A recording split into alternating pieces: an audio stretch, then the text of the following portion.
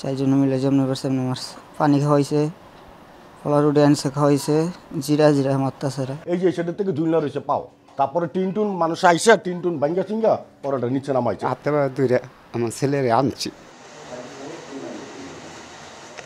গত 25 এপ্রিল গুলশান নর্দার 9তলা বাড়িটির ছাদেই নির্মমভাবে নির্যাতন করা হয় 28 বছর বয়সী শাকিল ও 18 বছরের হৃদয়কে। চুরির অপবাদ দিয়ে নির্যাতনের এক পর্যায়ে হৃদয়কে ছেড়ে দিলেও আটকে রাখা হয় শাকিলকে। সেদিন রাতে আটক শাকিলকে বাড়িটির ছাদ থেকে নিচে পড়ে যেতে দেখেন প্রতিবেশীরা। পরিবারের অভিযোগ, দিনব্যাপী নির্যাতনের এক পর্যায়ে হৃদয়কে ছুঁড়ে নিচে ফেলে দেন বাড়িটির মালিক ও তার ছেলেসহ বেশ কয়েকজন।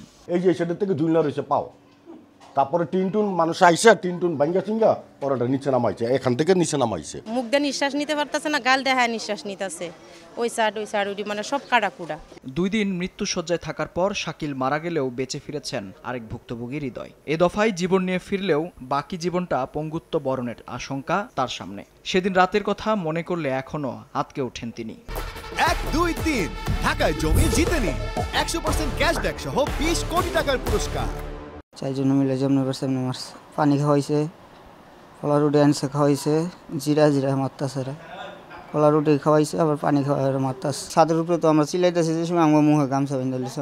আমি হাতে দুইটা আমার ছেলেরে আনছি। আনার পরে কুচি বাবা, ওর বাপ তো বুড়া মানুষ, ও তো উঠতে পারে না, তো এই ছেলেটারা দিয়ে দাও। এই ঘটনার পর থেকেই ক্ষোভ গোটা এলাকায়। অনর্থকভাবে ছেলেটারা মারি হাতে বাইন্দে হেনি আদামরা করিয়াছে, লাস্টে ভরে এনে ফালাইছে। একটা ছেলে আছিল যে সুর, তারে মারছে না, কিন্তু তারে মারি হাত পা বাইন্দে এইভাবে নির্যাতন করে